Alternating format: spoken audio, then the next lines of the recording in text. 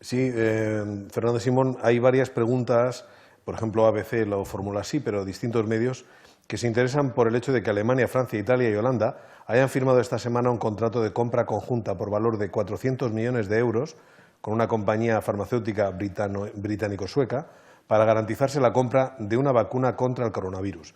España ha decidido deliberadamente quedarse fuera de esa iniciativa. ¿Por qué? ¿España tiene algún acuerdo con alguna farmacéutica para asegurarse la compra en cuanto haya una vacuna eficaz?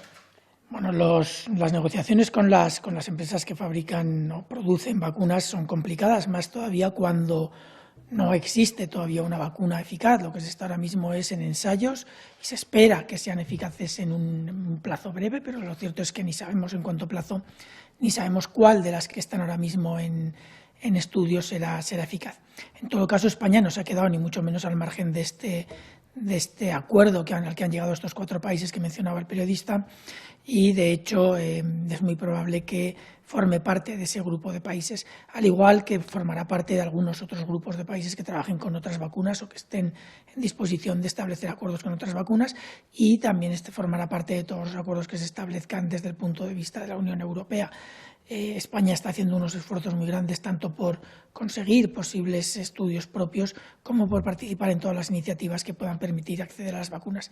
En todo caso, sí que creo que es importante que entiendan que conseguir una vacuna muy eficaz y que se pueda producir para todo el mundo sería lo ideal, pero tenemos que ser realistas.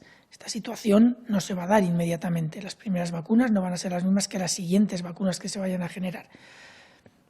El desarrollo de las vacunas va a ser progresivo. Tendremos una primera vacuna, pero la primera vacuna puede no ser la buena. Probablemente será muy segura y protegerá contra el coronavirus, pero es muy probable que las siguientes generaciones de vacunas sean mejores. Por lo tanto, tenemos que estar en un proceso dinámico de gestión de los contratos para las próximas vacunas, y no solo de la gestión de los contratos para la compra de vacunas, sino también en la gestión de la investigación que vaya a generar las primeras, las siguientes y las últimas vacunas que se vayan a utilizar. España está haciendo unos esfuerzos muy grandes y la verdad es que está en muy buena posición para participar en todas las iniciativas que hay a lo largo de todo el proceso. Sobre las vacunas hay más preguntas. Radio Intereconomía, por ejemplo, pregunta ¿qué opinión le merecen todos los avances que estamos viendo, de los que se están hablando estos días? ¿Podría afirmarse con datos en la mano que habrá vacuna para principios del 21 o antes? Vamos a ver, yo creo que llevamos ya tiempo suficiente no solo de esta pandemia, sino de otras pandemias previas, por ejemplo la del ébola en el año 2014, la del Zika, etcétera, como para que todo el mundo entienda que lo de afirmar que vaya a haber un resultado de un estudio de investigación que está en proceso ahora mismo en una fecha concreta es excesivamente arriesgado. Sí que hay muchas opciones de que haya buenas vacunas a final de año. Afirmar que vayan a estar el resultado de la vacuna, que tengamos un candidato a vacuna sólido y que además se pueda producir en cantidad suficiente para que todo el mundo se beneficie de esa vacuna, es más difícil. Final de año, principios del año que viene podrían ser fechas muy aceptables, pero no creo que sea prudente el afirmar que va a estar en esas fechas. 20 minutos refiere que el presidente de Extremadura ha apuntado hoy que hay laboratorios trabajando en un método de diagnóstico de cara al otoño para distinguir entre la gripe y la COVID-19. ¿Esta iniciativa tiene el conocimiento o el respaldo o es a petición de Sanidad? En todo caso, ¿qué supondría poder diferenciarlas a la hora de atajar los rebrotes? Por cierto que Radio Nacional pregunta si se va a adelantar la vacuna de la gripe. Bueno, el diagnóstico del coronavirus es un diagnóstico, la parte clínica, cuando se decide si hay que realizar o no una prueba, la parte clínica es muy inespecífica y con una sintomatología que en general, no todos los casos, pero en general, en los estadios iniciales es muy similar a la de la gripe. Por lo tanto, podemos esperar que cuando empiece la nueva temporada de gripe en el otoño que viene, no sabemos si será una temporada con una alta incidencia, con una incidencia baja o con una incidencia media, esperemos que con todo el esfuerzo que hemos hecho haya tenido también algún impacto en la transmisión de la gripe y por lo tanto hay un cierto control. Pero lo cierto es que diferenciarlo, el coronavirus de la gripe en sus estadios iniciales, es complicado. Por lo tanto, sí, no solo España, muchos otros países están apostando por la investigación, no solo en vacunas, sino también en tratamientos, en métodos diagnósticos más específicos y que permitan diferenciar de otros patógenos respiratorios, de otros virus respiratorios en concreto, así como la posibilidad de hacerlos más rápido y hacerlos más cerca del paciente en menor tiempo. Todas estas investigaciones están en marcha y España ha apostado por proyectos de investigación en esta línea. Sí que estoy en conocimiento de que hay ahora mismo ensayos, estudios que están tratando de desarrollar, proyectos que están tratando de desarrollar estos métodos diagnósticos que diferencien el coronavirus de la gripe, al igual que durante los años previos se trabajó mucho y de hecho está ya aplicado, se aplica ya a nivel nacional otras pruebas que diferencian la gripe de otros patógenos respiratorios invernales como puedan ser los estreptococos. Todo esto se tiene que realizar y se conseguirá realizar. Nos puede ayudar muchísimo a la hora de diferenciar entre un cuadro gripal y un cuadro de coronavirus porque las implicaciones son distintas. No es ni el mismo tipo de tratamiento, un cuadro gripal probablemente no se aislaría, pero ni a él ni a sus contactos, pero un cuadro de coronavirus probablemente sí, si conseguimos que estos test diagnósticos estén disponibles y permitan esta diferencia con fiabilidad suficiente, serán muy beneficiosos, pero tenemos que esperar a ver qué pasa con los resultados. En cuanto a adelantar la vacunación de la gripe, es una idea que está planteándose porque de hecho nos permitiría, por un lado, tendría un efecto bueno, que sería que en parte podríamos reducir el número de personas que vayan a tener la gripe. Hasta cierto punto la vacuna de la gripe es hasta ahora muy buena para reducir las complicaciones, no reduce la transmisión en un número excesivamente elevado, pero sí lo suficiente como para reducir el número de cuadros compatibles con un coronavirus y con una gripe, y por lo tanto tendríamos probablemente menos problemas a la hora de diferenciar los cuadros y a la hora de tratar a los pacientes. Desde ese punto de vista, adelantar la vacuna de la gripe nos ayudaría. Sin embargo, adelantar la vacunación de la gripe tiene algunos efectos que no son deseables. La vacuna de la gripe, saben ustedes que se tiene que cambiar cada año porque el virus de la gripe tiene modificaciones genéticas cada año que hacen que tengamos que cambiar la vacuna. Esas modificaciones se producen durante el periodo entre las epidemias anuales de gripe, pero también se produce a lo largo de la epidemia de la gripe. Esas variaciones se van produciendo durante ese periodo y eso puede hacer que la vacuna fuera eficaz durante el primer periodo del invierno si llegara la gripe, pero si la onda estacional de gripe es más tardía, podría hacer que la eficacia de la vacuna bajara. Hay muchos detalles que discutir con los expertos en la vacuna de la gripe. No está muy claro cuál podría ser el efecto final y de hecho se está trabajando en esta línea. La posibilidad de adelantarla es una, pero tenemos que tener cuidado con otros efectos colaterales que pudiera tener ese adelanto. Y se está discutiendo para estar listos lo más pronto posible. En todo caso, el trabajo desde el punto de vista logístico se está haciendo para estar preparados lo antes posible en caso de que se considere la estrategia más apropiada. Onda Madrid pregunta, según los datos que llegan de Portugal, el país ha registrado un repunte de nuevos casos, el 87% en la región de Lisboa. El primer ministro del país dice que depende del número de test que se practiquen. ¿Se observa desde España con preocupación la situación del país vecino? Hombre, desde luego no observamos con cuidado o con preocupación lo que pasa en nuestro país vecino, sino lo que pasa en todos los países del mundo y desde luego en todos con los que tenemos una relación intensa en el que tarde o temprano vamos a tener que intercambiar viajeros. Portugal en concreto es un país que ha hecho una gestión de su epidemia muy importante, muy buena, y ha conseguido unas tasas unos niveles de transmisión muy controlados. Del nivel de lo que las autonomías españolas con una relativa baja incidencia hemos tenido, parecido a Andalucía, Extremadura, incluso Galicia, que ha tenido un poquito más, pero también muy parecido a lo que haya podido tener Portugal. Y desde luego muchísimo más baja que otras zonas de España donde ha habido una incidencia mucho mayor. El problema que plantea el presidente de Portugal es que es cierto. Nosotros ahora mismo estamos valorando la situación de cada país en tanto en cuanto el número de casos que notifica.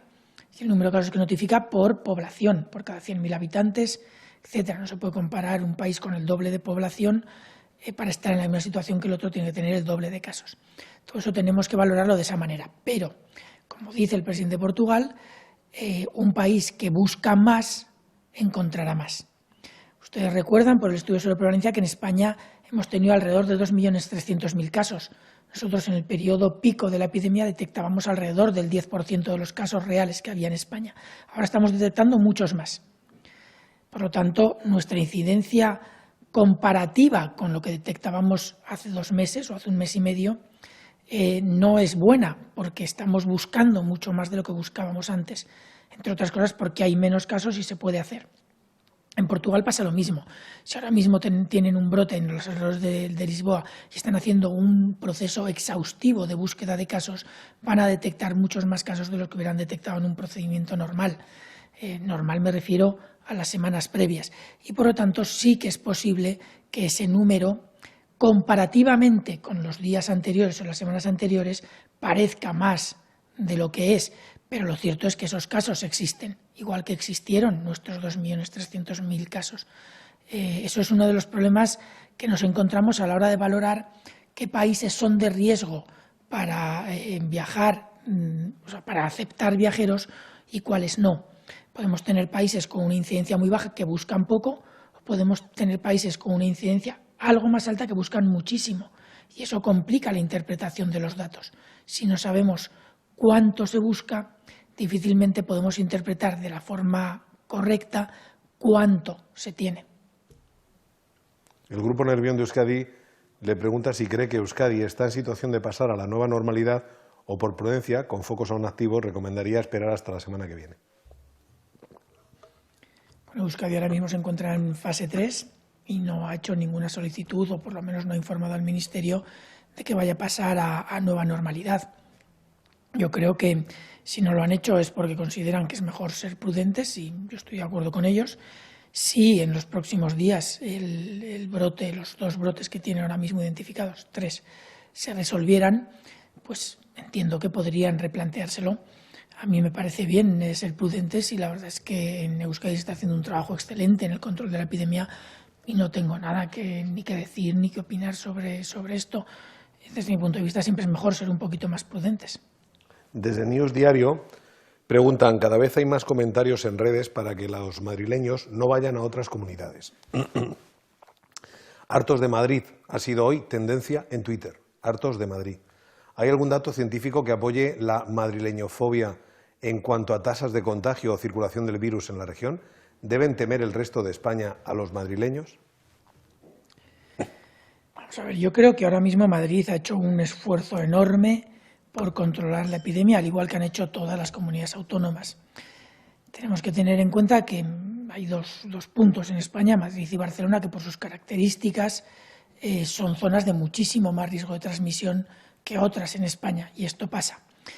Esto pasa no solo porque en Madrid haya una densidad de población enorme, igual que en Barcelona, como digo, no solo pasa porque en Madrid haya una movilidad de personas, además de esa densidad, muchísimo mayor que en otras ciudades de España, que además sus medios de transporte comunitarios sean muchísimo más masivos que en otras zonas de España. Todo esto pone a Madrid en una situación complicada, pero al mismo tiempo Madrid también es un nexo de comunicaciones, es un nodo de comunicaciones. En Madrid no solo pasa lo que les pasa a los madrileños, sino pasa también lo que les pasa a los viajeros que pasan por Madrid, y son un porcentaje elevadísimo de los viajeros que se mueven por España. Con lo cual yo creo que tenemos que ser sensatos, no hay que tener esa madrileñofobia que mencionaban. Sí que es cierto que hay que tener cuidado. Madrid durante unas semanas, un par de meses, fue la zona de España donde más transmisión de la epidemia ha habido. Por la cantidad de población que hay en Madrid, siguen teniendo algo más de casos que otras comunidades autónomas, pero sus tasas y el número de casos por población y la capacidad de control que tienen es muy buena. Por lo tanto, no están peor que otras, están incluso mejor que algunas. Por lo tanto, yo creo que desde ese punto de vista no hay que tener ningún miedo. Ahora, eso sí, hay que tener cuidado en Madrid más que en cualquier otro sitio ante cualquier posible repunte. Porque sí que es verdad que Madrid y Barcelona, por las características que les acabo de mencionar, son zonas en las que cualquier introducción del virus hay que tomársela muchísimo más en serio que en otras zonas que a lo mejor puedan ser más rurales o con menos comunicaciones. Pero al margen de eso, ahora mismo Madrid está en una situación muy similar a la de la mayoría de las comunidades autónomas de España. Un par de últimas preguntas. Informativos, Televisión Española le pregunta ¿qué opinión le merece que un restaurante exija pruebas de coronavirus para hacer una reserva? No sé si es verdad, pero me sale una sonrisa. No puedo decirle mucho más. No me parece ni lógico ni sensato. Pero, es más, no sé ni siquiera si tienen derecho a hacerlo legalmente. No sé si es una intromisión en la privacidad de las personas y la protección de datos o algo así podría estar contraviniendo alguna legislación de este tipo, pero como mínimo me sorprende mucho. De manera más general, Cantabria Directa le pregunta si podría decirnos en qué situación mundial está la pandemia. ¿Cree que se ha llegado al Ecuador o al pico más alto? A nivel global está todavía creciendo en muchas partes. De hecho, en América Latina está todavía en pleno crecimiento. Perdón, en América, tanto del norte como del sur. Es verdad que Canadá evoluciona mucho mejor, progresivamente, pero Estados Unidos y gran parte de América Latina tiene unos datos de evolución de la pandemia que ahora mismo están como estábamos los países europeos hace un mes y medio o dos, en pleno ascenso. Algunos van un poco mejor, otros van un poco peor, pero lo cierto es que ahora mismo prácticamente todos están, por así decir, en la fase álgida de la epidemia, y espero que pronto puedan empezar a mostrar un descenso que tal vez se esté produciendo ya, pero los datos todavía no lo muestran. Ahora mismo sabemos que tenemos dos países que son los que más casos tienen a nivel global, que son ambos de América, uno es Estados Unidos, que supera ya los 2 millones de casos, con 2.063.000, y luego tenemos Brasil con 867.000 casos. Son los dos países que más tienen, pero hay otros países de América Latina que están yendo muy rápido en la evolución, como pueden ser Perú, Chile, etcétera, incluso México, etcétera. Pero no son los únicos países que evolucionan rápido en la epidemia. Tenemos países que son cuando menos complicados por el volumen de población que tienen, la cantidad de población que tienen, como puede ser la India, el tipo de vida y de hacinamiento y de densidad de población que tienen en muchas de sus ciudades, y la India ya está notificando 332.000 casos, con 11.500 casos diarios de incremento, pero que probablemente la capacidad de detección en la India pueda ser menor que en muchos otros países, con lo cual es muy probable que haya bastante más de lo que están notificando. Y luego tenemos otros países de Oriente Medio donde las incidencias, sin ser países con grandes poblaciones, pero donde las incidencias son altas, son básicamente países de la península arábiga, y luego algunos otros como pueda ser Irán o como pueda ser Pakistán, que también tienen incidencias muy importantes. Ahora mismo no podemos decir que la epidemia esté empezando a descender a nivel global. En el hemisferio sur y en algunos países todavía del hemisferio norte, incluso de la zona tropical, está todavía creciendo. Tenemos que tener mucho cuidado y tenemos que ser capaces de entender los riesgos a los que nos exponemos nosotros cuando viajamos o a los que nos podemos exponer recibiendo viajeros. En todo caso, no todos los países están mal. Ahora mismo con incidencias, por ejemplo, superiores a 20 casos por 100.000 habitantes, que son unas incidencias más bien bajas, que mejor es tenerlas por debajo de 10, 5, como la tenemos nosotros ahora, pero lo cierto es que 20 casos por 100.000 habitantes son incidencias relativamente bajas. Ahora mismo hay alrededor de 30 países que tienen incidencias por encima de esta cifra. Dicho esto, me remito a una de las preguntas que han hecho al principio, en el que, sin saber cuánto esfuerzo de búsqueda se hace en los países, es difícil valorar correctamente cómo están estos países. Puede ser que entre estos 25 o 30 países con incidencias por encima de los 20 por 100.000, algunos estén haciendo una búsqueda exhaustiva y detecten el 50% de sus casos reales, y otros estén haciendo una búsqueda mucho más ligera y estén detectando el 1 o el 2% de sus casos reales. No lo sabemos, y sin saber esto es difícil valorar la relación y la evolución real de las epidemias comparativamente entre los diferentes países. Muy bien, doctor Fernando Simón, muchas gracias por sus respuestas. Una tarde más y buenas tardes. Gracias a ustedes.